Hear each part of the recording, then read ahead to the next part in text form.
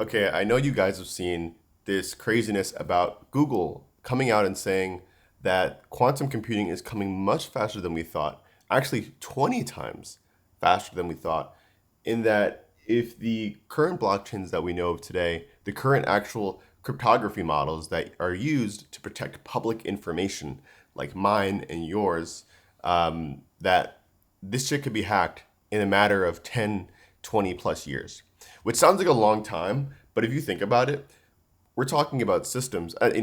Crypto is one part of it because I talk about crypto on this channel. But again, just think about our public information. Think about our private information that we store with banks, with lenders, with financial institutions, and just in general. Think about how much confidential information you have out there, stored safely in someone's database or server, and think about how much crypto or money you have also within these things, right? All that stuff could be at risk considering this new algorithm that I don't know if it's a new algorithm technically, but this algorithm, I think it's called Shor's algorithm that Google is talking about, has the potential to break what is the current algorithm that people are calling, I think it's called like the elliptic curve something, elliptic curve cryptography.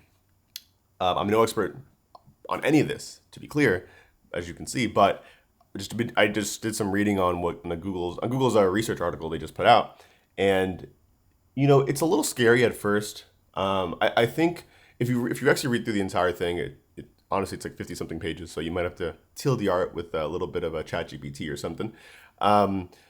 If you kind of if you zoom out a little bit, what they're really saying is these systems just need to be upgraded as soon as possible, right? It's not like they're at risk of being just completely decimated tomorrow.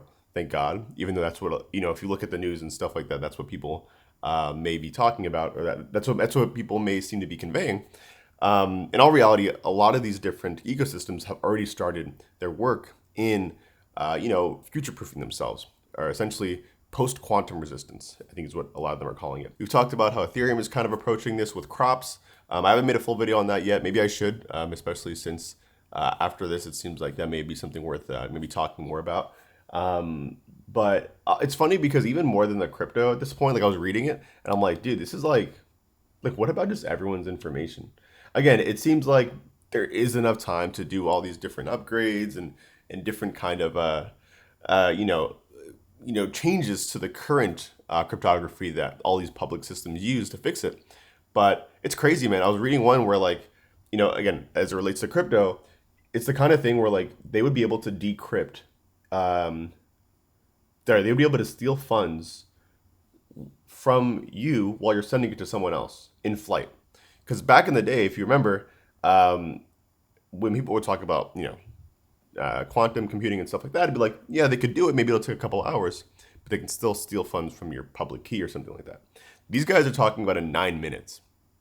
This is like from FX Street. I don't know how legit that source is, but in 9 minutes, you're telling me that that's all it'll take for me to just send funds.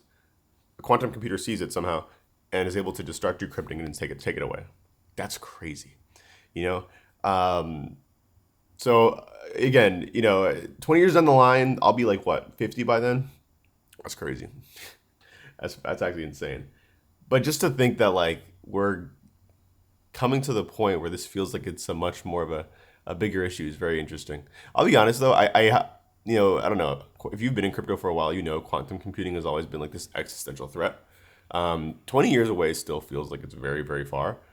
But I think like anything, this stuff has to be tested at scale. Like crypto already holds, I think, over $4 trillion, probably at this point over $3 trillion worth of value, and you can't really just upgrade all this stuff like that, right? Ethereum, Bitcoin, Solana, all these different chains and ecosystems need to upgrade safely over time because even worse, right? Imagine you're trying to upgrade to post-quantum resistance, and then all of a sudden, you know, you do it too quick, and there's a vulnerability. For what? Then what about all the private blockchains? Oh my God, Zcash and the other ones. I think they actually included that in some of their research as well. I'll put the link actually in the description if you guys want to take a look at it. But yeah, I don't know. I was just reading some of this today, and I don't know. I mean, it doesn't really make me any more afraid than I was before. I wasn't really that afraid before either. It's not like I'm working on this stuff, right? We're just watching this stuff happen in front of our eyes. So all we can do is hope that the devs do something, right? But I think definitely more than the crypto stuff, you know, I'm more interested to see what happens to the people that don't do anything, because you know that's going to happen. You know that there's going to be institutions. You know there's going to be organizations and chains out there that don't do anything.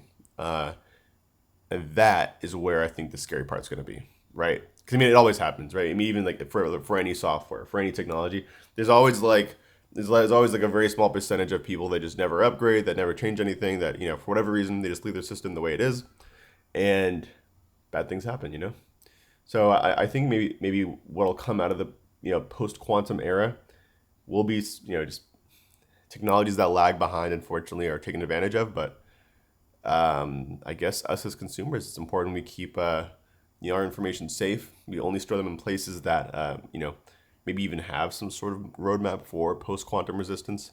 Does Chase have this shit? I know obviously Google does because they posted the research article. Um, does every bank have this? I don't know. It's insane. Anyways, let me know what you guys think. Again, you guys probably know a lot more than I do. And oh, by the way, shout outs to everyone in the comments. I had a dude post an entire paragraph the other day on one of my videos. I'm sure some of it was ChatGPT, but you could tell the guy put some actual effort into writing it too. I appreciate it. Again, I'll never claim to know everything, but I'm always down for the conversation. And yeah, let's chat, guys. Again, if you guys know more than I do on this stuff, let me know. See you on the next one. Peace out.